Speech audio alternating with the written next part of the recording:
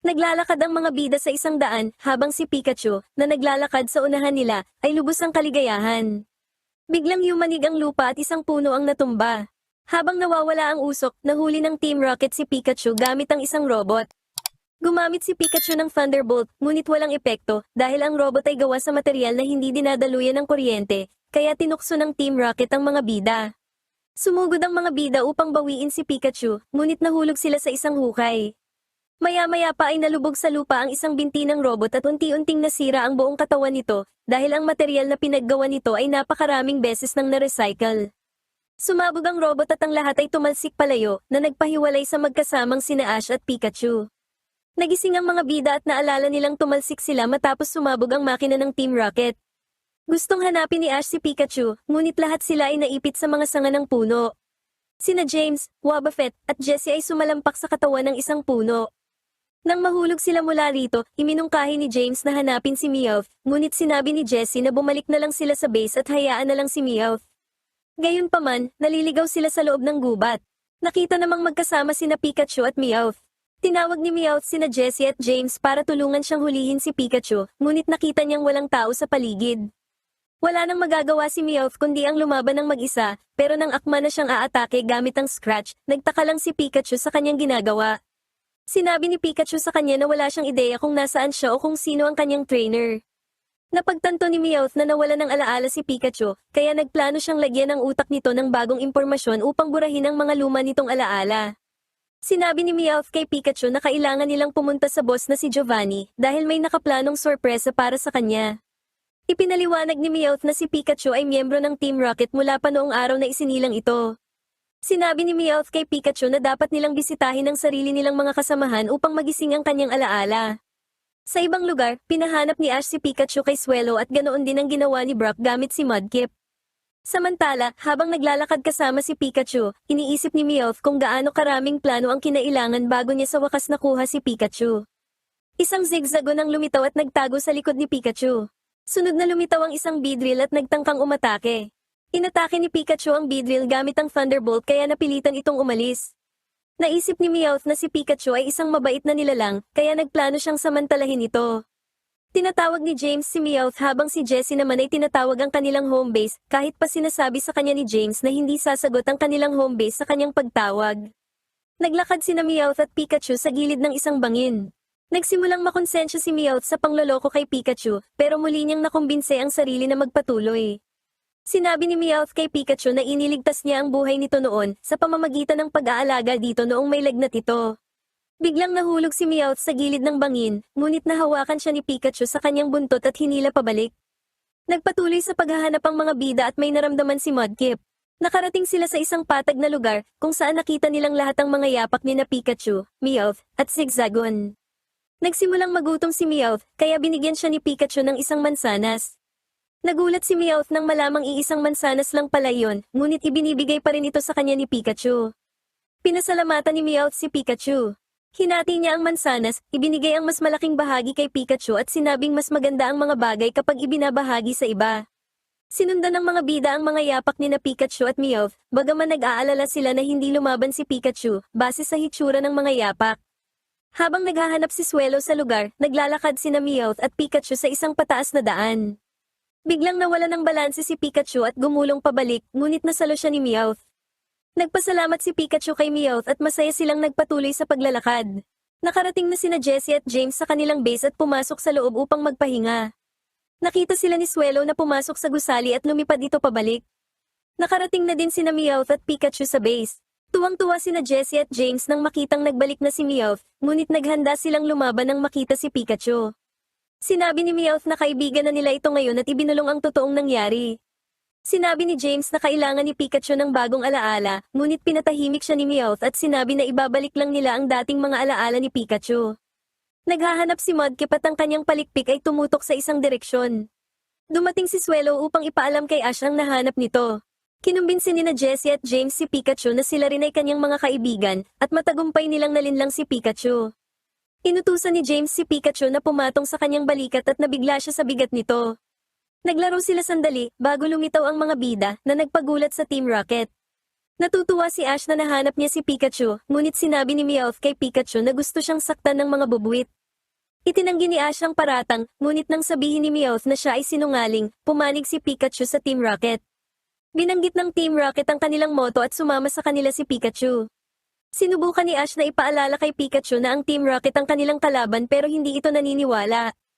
Inutusan ni James si Pikachu na atakihin si Ash gamit ang Thunderbolt.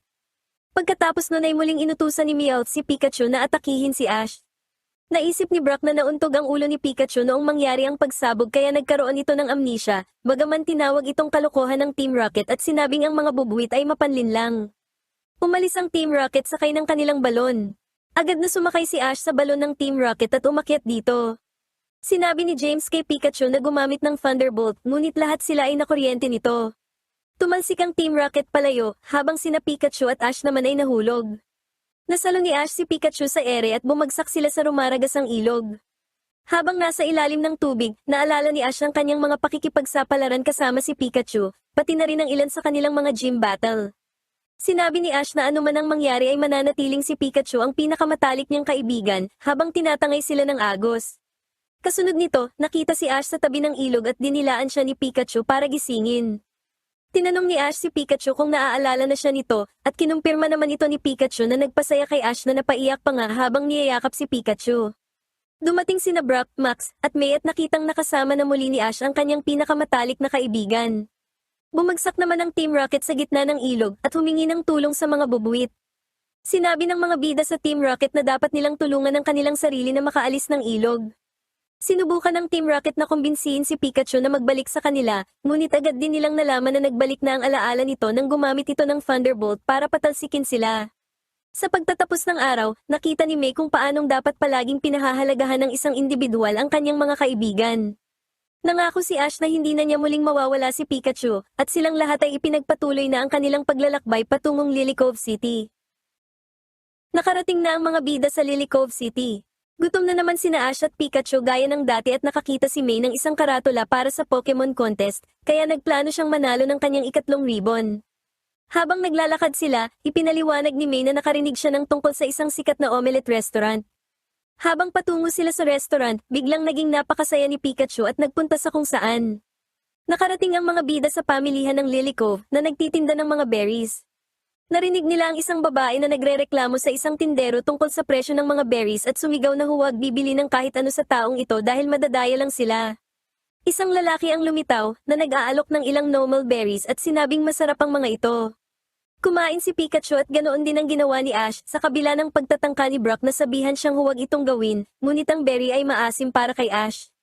Sinabi ng lalaki na nang sabihin niyang masarap ang mga normal berries, ang ibig niyang sabihin ay masarap ang mga ito para sa Pokemon at hindi para sa tao, at binigyan niya si Ash ng isang Mago Berry. Kinain ito ni Ash na ikinatuwa niya dahil mas masarap ang mga berry na ito. Dumating ang babae at sinubukang maglakad na bitbit ang kanyang bag na puno ng berries, ngunit natisod siya. Akma nang mahuhulog ang mga berry, ngunit ang Pokemon sa tabi niya ay gumamit ng Psychic at ibinalik ang mga berry sa loob ng bag, na dahan-dahang lumutang pababa sa lupa. Kinilala ni Max ang Pokemon bilang isang Grumpig. Nagpasalamat ang babae at ipinaalam sa lahat na lalahok siya sa contest bukas. Naisip ni May na ang babae ay isang coordinator. Kinumpirma ito ng babae na nagpakilala bilang si Kelly at ipinakilala rin ang kanyang Grumpig. Nang makita si Grumpig, napansin ni Brock na mahusay ang pagsasanay dito, habang sinabi naman ni Max na mahihirapan si May na kalabanin ito sa contest. Nag-e-espiya ang Team Rocket at nagplano na kunin si Grumpig upang ibigay sa kanilang boss. Inamin ni Kelly na bumibili siya ng pinakamagandang berries para gumawa ng Pokeblock upang mapaningning ang itim na perlas ni Grumpig.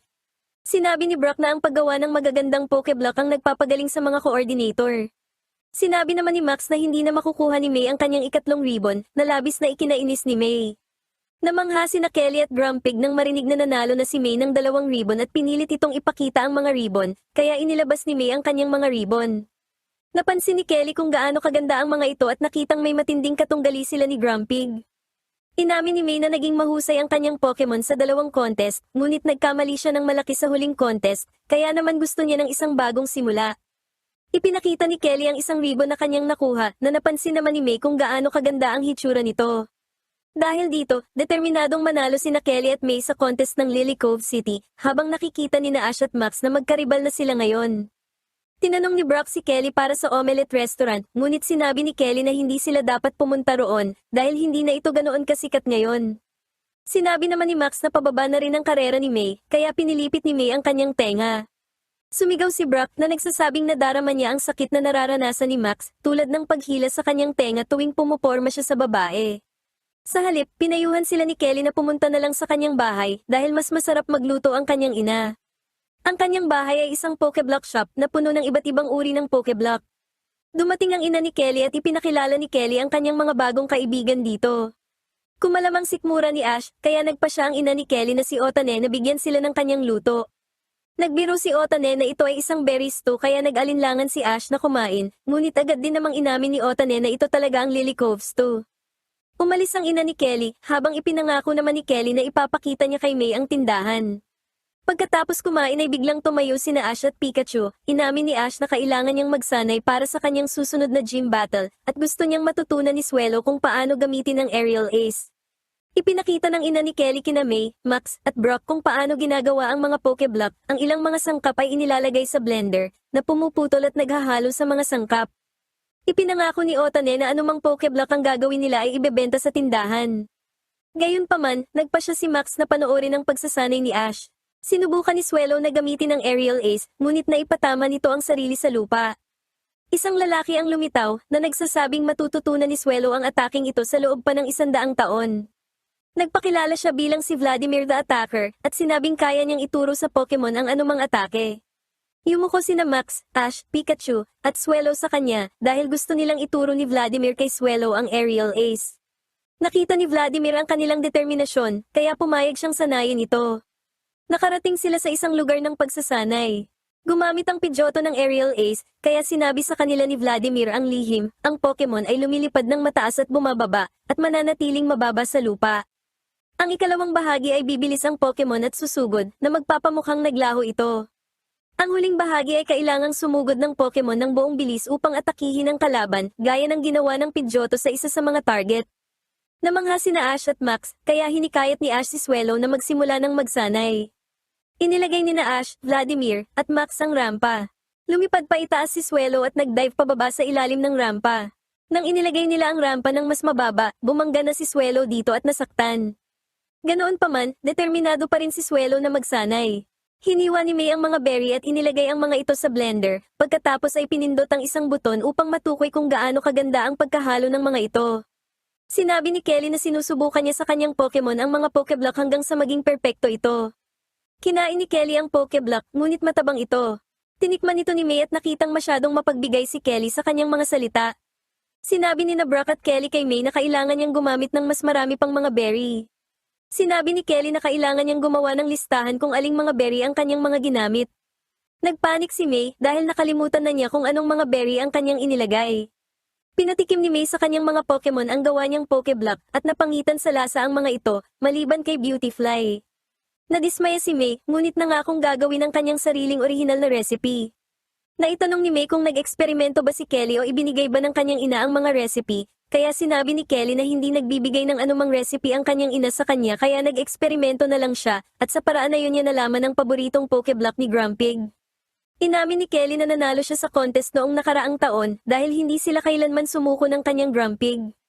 Iniisip ni Kelly na balang araw ay patatakbuhin niya ang negosyo ng pamilya at magtuturo pa sa mga tao tungkol sa paggawa ng Pokeblock. Nang makitang nakatutok ang atensyon ni May sa Grand Festival, inisip ni Kelly na magiging isang top coordinator o isang instructor si May, ngunit sinabi ni May na maglalakbay siya kasama ang kanyang Pokemon hanggang sa makapagpasya siya ng susunod niyang gagawin. Sumumpa si May na gagawin nila ng kanyang Pokemon ang lahat ng kanilang makakaya, kaya nangako rin si Kelly ng ganoon. Biglang kinuha ng Team Rocket si Grumpig. Gumamit si Combusken ng Sky Uppercut na bumutas sa balon. Sinalo ni Bulbasaur si Grumpig gamit ang Vine Whip at gumamit si Beautifly ng Silver Wind na nagpatalsik sa Team Rocket palayo. Pinasalamatan ni Kelly si May sa pagliligtas sa kanyang Grumpig, habang nagpasya naman si May na gagamitin niya si Combusken para sa contest. Bumagsak ang Team Rocket sa isang basurahan at lumabas mula rito. Nakita ni Jessie ang isang patalastas para sa Pokemon contest. Nangako si Jessie na lalahok sa contest gamit ang Chimecho ni James dahil kailangan niya ng bagong Pokemon upang manalo. Nang tumanggi si James na ibigay ang Chimeco, ipinaalala ni Jessie na ipinahiram niya kay James ang kanyang Dustox para makasali ito sa Poke Ringer Contest. Nang makitang may punto si Jessie, pumayag na si James na ipahiram kay Jessie ang kanyang Chimeco, na ipinalupot ang buntot sa kanyang mga mata. Kinabukasan, magsisimula na ang contest at ipinapakilala na ng announcer ang mga hurado. Habang nanonood sina Brock at Max, kailangan namang pumunta ni Ash kay Ralph upang turuan ang kanyang swelo ng aerial ace. Nagdarasal si James na huwag sanang masaktan ang kanyang Chimeco habang ginaganap ang contest, ngunit ipinaalala sa kanya ni Meowth kung sino ang gagamit nito. Nang makita ang victory ribbon na ipinapakita ni Vivian, binati ni na May at Kelly ng good luck ang isa't isa, pati na rin sina Combusken at Grumpig. Tinatakot ni Jessie ang Chimeco na dapat ay ipanalo siya nito dahil kung hindi ay isinusumpa niyang gagawin itong kurtina. Ang unang kalahok ay si May na nagpadala kay Combusken na gumawa ng isang flip sa ere, saka lumapag pababa. Gumamit si Combusken ng fire spin, ngunit nawalan ito ng kontrol. Nabuwal si May at ang atake ay nagbabantang sunugin si May, na ikinagulat ng lahat.